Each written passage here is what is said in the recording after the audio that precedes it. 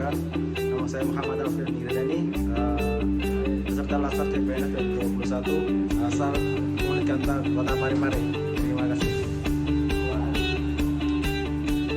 Halo semua, di sini saya akan menjelaskan manajemen ASN, World of Government, dan pelayanan publik.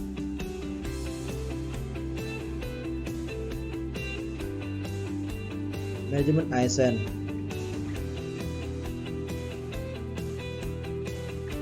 Sesuai dengan Undang-Undang Nomor 5 Tahun 2014 Bab 1 Pasal 1 Ayat 5, manajemen ASN adalah pengelolaan ASN untuk menghasilkan pegawai ASN yang profesional, memiliki nilai dasar, etika profesi, bebas dari intervensi politik, bersih dari praktik korupsi, kolusi, dan nepotisme.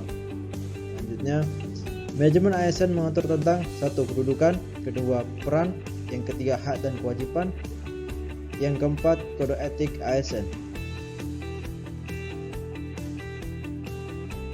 Kedudukan ASN. Pegawai ASN terbagi menjadi dua, yaitu pegawai negeri sipil atau PNS, yang kedua pegawai pemerintah dengan perjanjian kerja atau P3K. Kedudukan ASN. Pegawai ASN berkedudukan sebagai unsur aparatur negara yang menjalankan kebijakan yang ditetapkan oleh pimpinan instansi pemerintah, serta harus bebas dari pengaruh dan intervensi semua golongan dan partai politik. Selanjutnya yaitu peran ASN sebagai perencana, pelaksana, dan pengawas. Yang pertama yaitu fungsi ASN, pelaksana kebijakan publik, yang kedua pelayan publik, yang ketiga perekat dan pemersatu bangsa. Yang kedua tugas ASN, pelaksana kebijakan publik, pelayan publik, perekat, dan pemersatu bangsa. Hak dan kewajiban seorang ASN. PNS berhak memperoleh A. Gaji tunjangan dan fasilitas, B. Cuti, C. Jaminan pensiun dan jaminan hari tua, D. Perlindungan, dan yang ke E.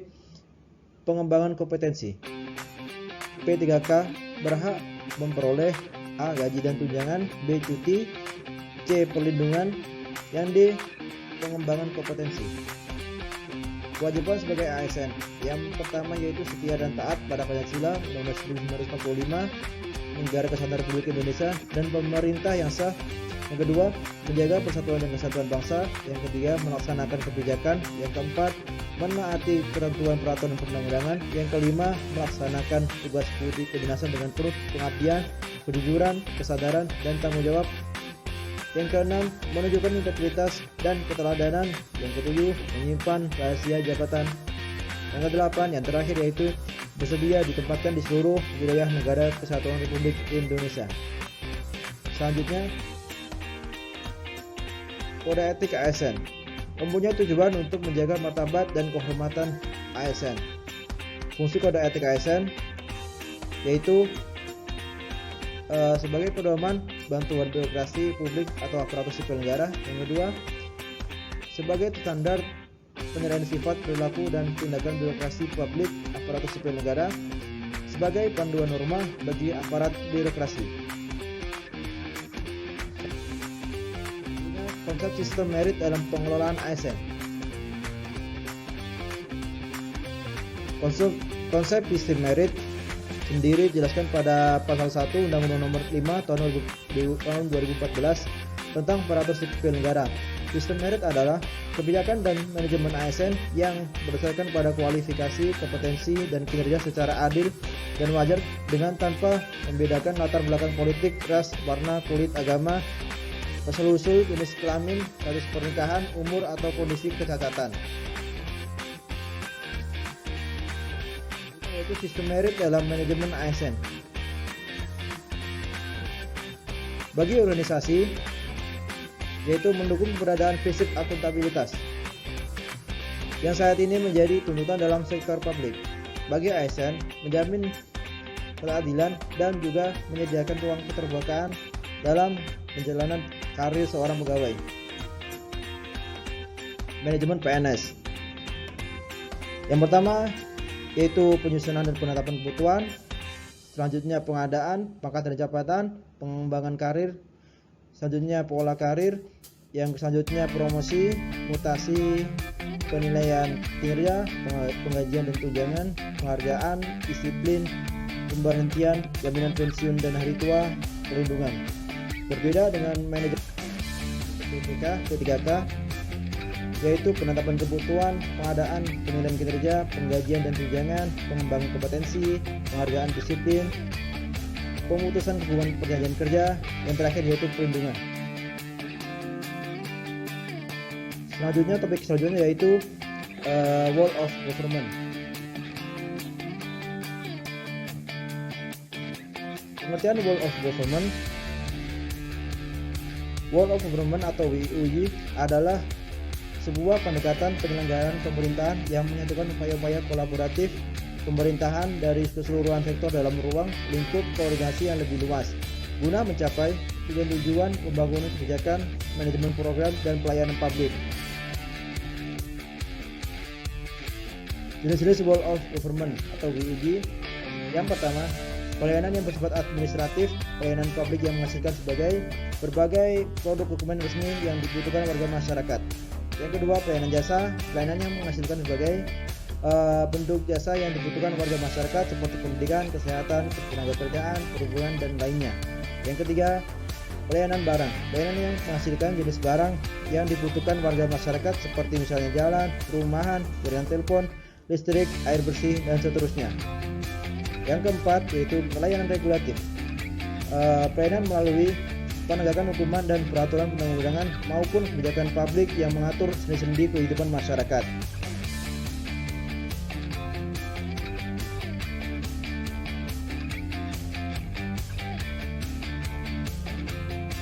Selanjutnya, praktik World of Government dalam pelayanan publik. Yang pertama, pelayanan bersifat administratif, jasa, barang, dan regulatif. Selanjutnya, pelayanan publik. Yang pertama, pelayanan teknis fungsional, satu atap, satu pintu, dan terpusat. Dalam memanfaatkan WOG, terdapat beberapa prasyarat agar pendekatan ini dapat diterapkan. Menurut APSC, Charlotte dan others, 2004 merumuskan prasyarat untuk penerapan WOG yang baik antara lain: 1. Adanya budaya dan filosofi baru, cara kerja baru dalam hal pembangunan kebijakan, manajemen program, dan atau layanan publik. Yang ketiga, akuntabilitas dan insentif. Yang keempat, cara baru pengembangan kebijakan, desain program, dan pendekatan pelayanan. Selanjutnya yaitu manfaat dicapai dengan WOG: efisiensi, sharing, informasi, lingkungan kerja, daya saing, akuntabilitas, koherensi, dan kebijakan. Biaya atau cost, pemborosan atau waste, duplikasi pekerjaan, inkonsistensi kebijakan, waktu penyelesaian layanan tertentu. Tantangan praktek WOG. Yang pertama, kapasitas SDM dan institusi. Kapasitas SDM dan institusi yang terlihat dalam WOG tidaklah sama. Perbedaan kapasitas ini bisa menjadi kendala serius ketika pendekatan WOG terjadi penggabungan SDM dengan kualifikasi yang berbeda. Selanjutnya, nilai dan budaya organisasi. Seperti halnya kapasitas SDM dan institusi, nilai dan budaya organisasi pun menjadi kendala manakala terjadi upaya kolaborasi sampai dengan penyatuan kelembagaan. Kepemimpinan menjadi salah satu kunci penting dalam pelaksanaan WOG. Pemimpinan yang dibutuhkan adalah pemimpinan yang mampu mengakomodasi perubahan nilai dan budaya organisasi serta meramu SDM yang tersedia guna mencapai tujuan yang diharapkan. Pelayanan publik. Menurut Undang-Undang 2009 Nomor 25 Pasal 1 Ayat 1, pelayanan publik adalah kegiatan atau rangkaian kegiatan dalam rangka pemenuhan kebutuhan pelayanan sesuai dengan peraturan perundang-undangan bagi setiap warga negara dan penduduk atas barang, jasa, dan atau pelayanan administratif yang disediakan oleh penyelenggara pelayanan publik. Selanjutnya yaitu prinsip-prinsip pelayanan publik. Yang pertama, partisipatif. Yang kedua, transparan. Yang ketiga, responsif. Yang keempat, tidak diskriminatif. Yang kelima, mudah dan murah. Yang keenam, efektif dan efisien. Yang ketujuh, aksesibel. Yang kedelapan, akuntabel. Yang kesembilan, berkeadilan. Pola pikir ASN sebagai pelayanan publik. Yang pertama yaitu sebagai ASN, harus berkontribusi dalam upaya memperbaiki kualitas pelayanan publik, minimal dengan melakukan tindakan-tindakan atau perilaku yang mencerminkan sebagai seorang ASN. Yang kedua, hal tersebut memiliki implikasi strategis jangka panjang yang penting bagi upaya untuk mengubah kinerja birokrasi dalam memberikan pelayanan publik. Praktek etiket pelayanan publik. Etika berarti moral yang merupakan adat, kebiasaan, atau cara hidup seseorang. Yang selanjutnya, etiket merupakan sopan santun dan tata cara pergaulan antara sesama manusia mengendali perbuatan. Yang kedua, jenis tersebut jadi satu, jadikan manusia sebagai mengatur perilaku manusia secara normatif. Selanjutnya yaitu dasar-dasar etiket. Yang pertama politeness, yang kedua respectful, yang ketiga attentive, yang keempat kooperatif, yang lima tolerance atau toleransi, yang keenam informality, yang ketujuh self control atau pengendalian diri. Selanjutnya manfaat etiket. Di sini saya mendapatkan 4 manfaat etiket. Yang pertama yaitu memudahkan komunikasi atau berhubungan, yang kedua mampu mencari bahan pembicaraan, yang ketiga menghargai orang lain, yang keempat memupuk kepercayaan diri. Yaitu implementasi etiket. Praktek etiket dalam pelayanan. Yang pertama, etiket dalam menyampaikan salam, yang kedua etiket dalam berjabat tangan, yang ketiga etiket dalam bertamu atau menerima tamu, yang keempat etiket dalam melayani keluhan pelanggan. Demikian yang dapat saya sampaikan, kurang lebihnya mohon maaf. Semoga bermanfaat rangkuman singkat ini. Atar BPN kini lebih baik, melayani profesional terpercaya.